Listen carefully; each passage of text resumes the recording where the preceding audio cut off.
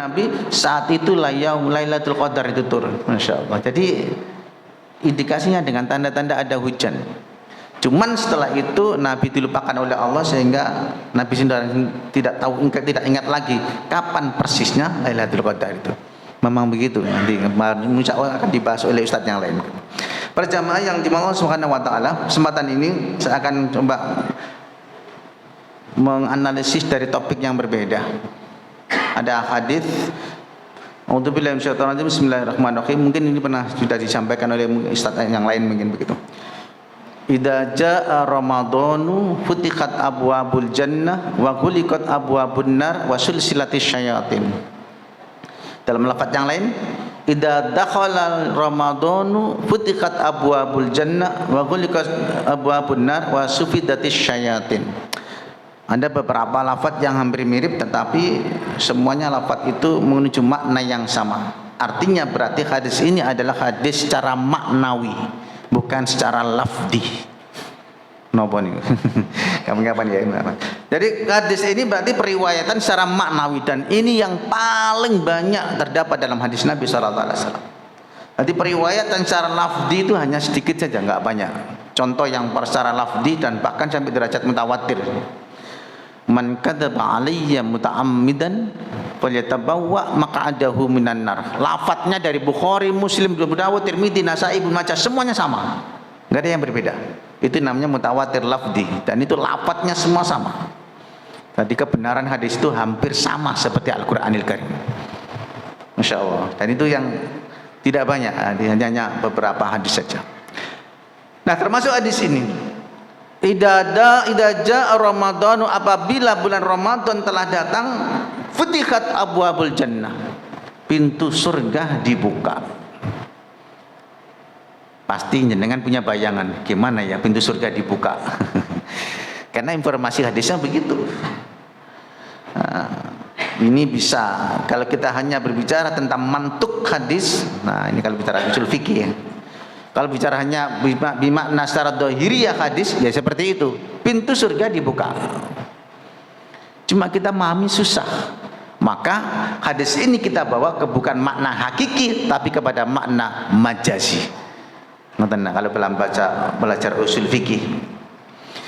Artinya bukan betul-betul dibuka, tapi kesempatan untuk bisa meraih surga jauh lebih besar dibanding di bulan-bulan selain bulan Ramadan. Wa ghuliqat abwabun nar, pintu neraka ditutup. Nah, sama ya, bukan makna hakiki tapi makna majazi. Walaupun hakikatnya sebuah lafaz apapun itu kita bawa kepada makna hakiki, tapi kalau sulit kita pahami, ya kita harus membawa kepada makna yang majazi. Kemudian yang ketiga, wasul silatis syayatin atau wasufidatis syayatin, maka setan-setan dibelenggu. Saya akan tidak akan bahasnya itu, jangan coba bahas yang terakhir ini. Setan-setan itu dibelenggu. Para jamaah sekalian yang dimaulah Subhanahu wa taala. Setan di dalam Al-Qur'an itu sebagaimana Allah Subhanahu wa taala berfirman, misalkan satu ayat, a'udzubillahi minasyaitonir rajim, bismillahirrahmanirrahim. Wa kadzalika ja'alna likulli nabiyyin aduwan syayatinal insi wal jinni yuhi ba'duhum ila ba'din zukhrufal qawli ghurura, ila akhir ayat. Demikianlah, wa kadzalika, dan demikianlah, ja'alna, kami jadikan, likulli nabiyyin, bagi setiap nabi itu, aduan, musuh. Pasti punya musuh nabi. Enggak ada nabi leye-leye sambil WA-an misalkan. Enggak ada nabi leye-leye enggak punya musuh, enggak ada. Semua nabi mujahid, bekerja keras semuanya. Enggak ada. Kemudian makanya kalau kita mau jiwa-jiwa nabi, punya giro semangat yang kuat. Apalagi sekarang kita sudah masuk di bulan Ramadan. Likulli nabiyyin aduan, setiap nabi pasti punya musuh. Siapa musuhnya ini? Syayatinal insi wal jin, yaitu musuhnya adalah setan dari jenis manusia dan juga setan dari jenis jin. Ini yang susah kita pahami. Setan kalau dari jenis jin, kayaknya hampir semua orang pasti paham.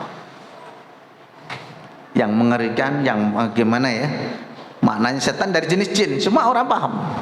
Tapi yang kita paham ini setan dari jenis manusia. Siapa mereka? Berarti dalam Al-Quran itu setan itu bukan jelek, tapi setan itu cantik. Setan itu ganteng, tampan. Lah kalau setannya jelek, lari kita. Nggak ada yang terjebak oleh setan. Artinya berarti setan itu menarik. Nggak ada setan yang tidak menarik. Semua akan terjebak. Dan ini yang dimaksudkan oleh Allah Subhanahu wa taala, syayatinal insi wal jin, dari setan dari jenis jin dan setan dari jenis manusia. Sebenarnya kalau mau dilacak dan menelisik lebih dalam tentang makna ayat ini, ada yang ditulis oleh Dr. Umar Sulaiman Al-Ashqar dalam bukunya Alamul Jin Wasyayatin, Alam Jin dan Alam Setan. Satu buku, tapi saya lihat sudah, saya punya bahasa Arabnya, yang terjemahnya ada sudah di pasaran juga banyak. Dengan judul Alam Jin dan Alam Setan yang ditulis oleh Syekh Dr. Umar Sulaiman Al-Ashqar. Ini ditulis lebih jelas. Kemudian di dalamnya ada program, ada namanya kemudian Ahdaful Bait, Ahdafus Syaitan. Apa? Proyek setan. Jadi setan itu punya proyek. Setan itu punya program. Kalau mungkin kita membayangkan manusia saja hidup nggak punya program, kalah kita dengan setan. Kebaikan saja kalau kita tidak atur dengan baik, kalah dengan kebatilan yang diatur di manajemen dengan sangat bagus. Maka kebatilan bisa kalah. Maka kebenaran bisa kalah dengan kebatilan yang dimanage dengan baik. Makanya setan pun punya program. Ada program, ada proyek jangka panjang, ada program jangka pendek. Masya Allah, sampai panjang ya. Di antaranya saya akan sampaikan kesempatan ini 1-2 saja. Yang pertama, program jangka panjangnya. Apa program jangka panjangnya? Yada'u khizbahu. Setan mengajak mengumpulkan seluruh para tentaranya. Apa tujuannya? Yakuna min ashabis syair. Bagaimana semua manusia itu termasuk menjadi penghuni neraka syair. Jadi program jangka panjangnya cuma satu, bagaimana semua manusia masuk menjadi penghuni neraka jahanam. Jangan sampai ada satupun manusia yang masuk surga Allah Subhanahu wa taala. Ini program proyek jangka panjang setan. Yang jangka pendek ada banyak, ada sampai 6, Masya Allah. Dan diantaranya yang pertama, apa program jangka pendeknya? Yang pertama adalah mereka mengajak, setan ini mengajak kepada kita semua jatuh ke dalam kesyirikan dan jatuh kepada kekufuran.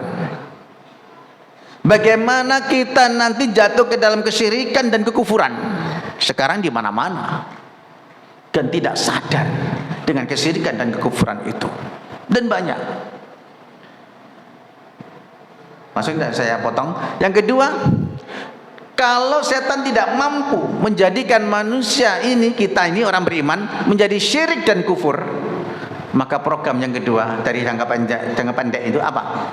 Menjadikan kita terjatuh kepada maasi, kemaksiatan dan dosa. Siapa yang tidak lepas dari, siapa yang lepas dari dosa dan maksiat? Tidak ada. Semua manusia pasti bermaksiat, pasti manusia berdosa. Dan ini program jangka pendek setan yang kedua. Kalau kemudian manusia jatuh kepada dosa dan maksiat, masih bebas, masih mereka tidak bisa melakukan maksiat, dan mereka secara manusia ini bebas dari dosa dan maksiat, setan nggak habis akal. Maka ada program yang ketiga, bagaimana manusia silakan kalian tidak berdosa, kalian tidak maksiat, boleh, kata setan, tapi kamu bisa enggak? Saya cuma mengajak kamu jangan sampai kamu berbuat kebaikan.